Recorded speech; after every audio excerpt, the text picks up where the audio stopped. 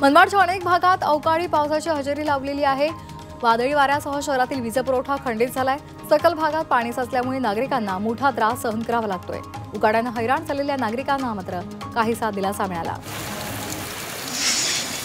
इंदापूरच्या निमगाव केतकी परिसरामध्ये अवकाळी पावसाने हजेरी लावली। अचानक आलेल्या पावसामुळे उकाड्याने हैराण झालेल्या नागरिकांना दिलासा मिळालाय। मात्र अवकाळी पावसामुळे शेतकऱ्यांचा कांदा पीक आणि इतर पिकांचे मोठ्या प्रमाणात नुकसान झाले। नाशिकमध्ये झालेल्या पावसामुळे अनेक भागात रस्ते पाण्याखाली गेले। पावसाने नाशिकच्या महापालिकेच्या गटार योजनेची भीषण वास्तव समोर आणलेला आहे। तब्बल 400 कोटी रुपये खर्च करून सुद्धा तयार केलेली योजना कुचकामी ठरली आहे। लाडक्या बहिणीसाठी सामान्य न्याय विभागाच्या निधीला कात्री लावण्यात आली होती। त्यावरून संजय शिरसाट यांनी नाराजी व्यक्त केली। त्यानंतर आता कोणत्याही विभागावर अन्याय होणार नाही। निधी कमी दिला असला तरी पुढे निधीची कमतरता भासू देणार नाही, असं एकनाथ शिंदे म्हणाले। लाडक्या बहिणींना केवळ 1500 रुपये देऊन ठेवणार नाही, तर त्यांना लखपती बनवायचं आहे, असं पुन्हा एकदा मुख्यमंत्री देवेंद्र फडणवीसांनी म्हटलंय।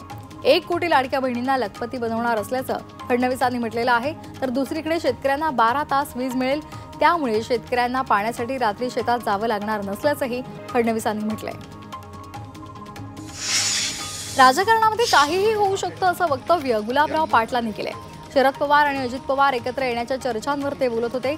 निवडणुका आटोपल्या की लोक 10 दिवसांमध्ये पक्षांतर करतात, तर यामध्ये विशेष काय, असंही गुलाबराव पाटील म्हणाले। अन्न आणि औषध प्रशासन मंत्री नरहरी झिरवळ यांच्यावर रुग्णालयात उपचार सुरू आहेत।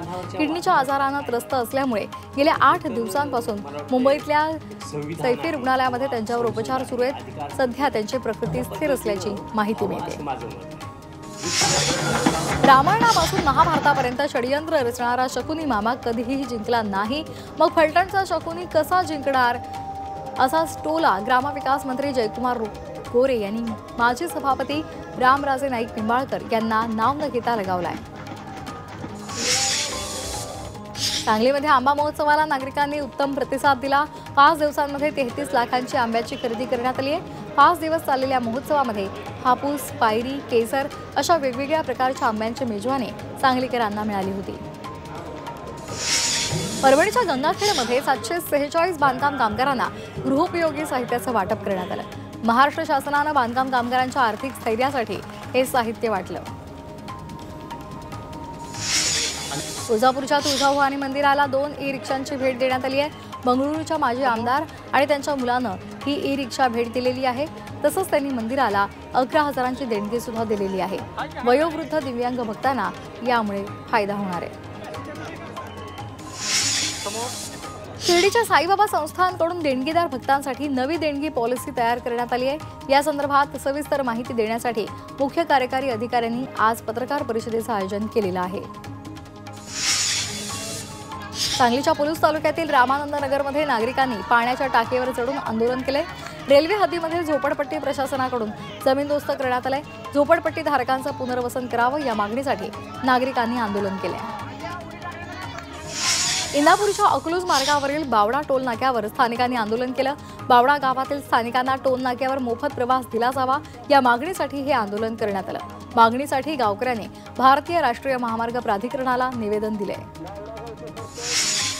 यवतमाळच्या वणीमध्ये वेकोलीच्या ओबी कंपन्यांविरोधात शिवसेना उद्धव बाळासाहेब ठाकरे पक्षानं आंदोलन केलंय।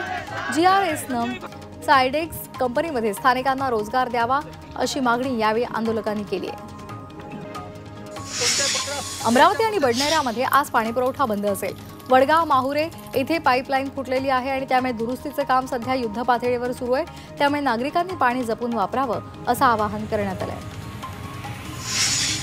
धाराशिव शहराला पाणीपुरवठा करणारी मुख्य जलवाहिनी फुटली आहे, त्यामुळे लाखो लिटर पाण्याची नासाडी झाली आहे। सध्या शहराला 7 दिवसाआड पाणीपुरवठा होत असल्यामुळे नाल्याचं बांधकाम करत असताना ही जलवाहिनी फुटल्यामुळे नगरपालिकेच्या कारभारावर नागरिकांनी संताप व्यक्त केला। नागपूर शहरातील अनेक भागांमध्ये आज पाणीबाणी निर्माण होणार आहे। नागपूरमध्ये आज सकाळी 10 वाजल्यापासून रात्री 10 वाजेपर्यंत 12 तासांसाठी पाणी पुरवठा बंद असेल।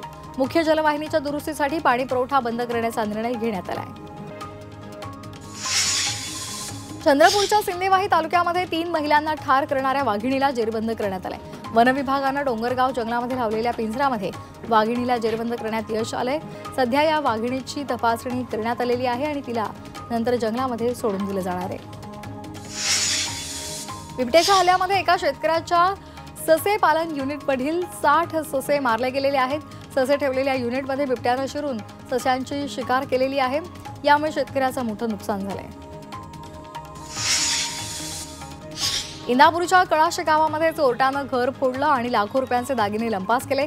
या प्रकरणामध्ये अज्ञात चोरट्याविरोधात गुन्हा दाखल करण्यात आलाय। या प्रकरणामध्ये भर दिवसा या प्रकारची चोरी झाल्यामुळे सध्या गावामध्ये भीती पसरली आहे। सांगलीच्या सह्याद्री नगरमध्ये एका परप्रांतीय तरुणाचा 7 ते 8 तरुणांनी निर्घृणपणे खून केलेला आहे। या घटनेनंतर पोलिसांनी घटनास्थळी पोहोचून मृतदेह शवविच्छेदनासाठी रुग्णालयात पाठवलाय। गोंदियाच्या कारंजामध्ये जुन्या वादातून भर दिवसा 4 जणांनी 45 वर्षीय व्यक्तीची हत्या केली। दरम्यान घटनास्थळी पोलीस दाखल झाले असून शवविच्छेदनासाठी रुग्णालयामध्ये त्यांना पाठवण्यात आले। बदलापूरच्या उल्हास नदीमध्ये पोहण्यासाठी गेलेल्या पर्यटकांनी आपली 4चाकी गाडी नदीकिनारी लावली।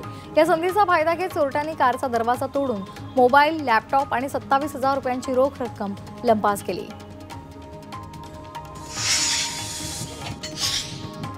अंबड तालुक्यातील वारसवाडा फाट्यावर विरुद्ध दिशेनं ट्रकनं कारला जोरदार धडक दिली। या अपघातामध्ये दाम्पत्याचा जागीच मृत्यू झाला असून 5 जण गंभीर जखमी झालेत।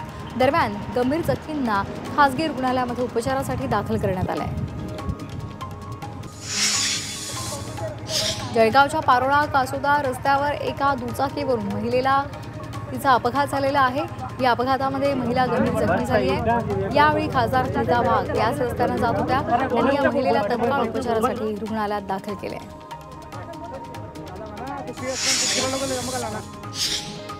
जम्मूमधील खासगी आणि सरकारी शाळांसह महाविद्यालये आज बंद असतील। मुख्यमंत्री ओमर अब्दुल्ला यांच्या सरकारने ही घोषणा केली आहे। केवळ वैद्यकीय महाविद्यालय सुरू राहतील। परिसरातील परिस्थितीचा आढावा घेतल्यानंतर जम्मू विभाग आणि काश्मीरच्या सीमावर्ती जिल्ह्यांमध्ये शाळा पुन्हा सुरू केल्या जातील।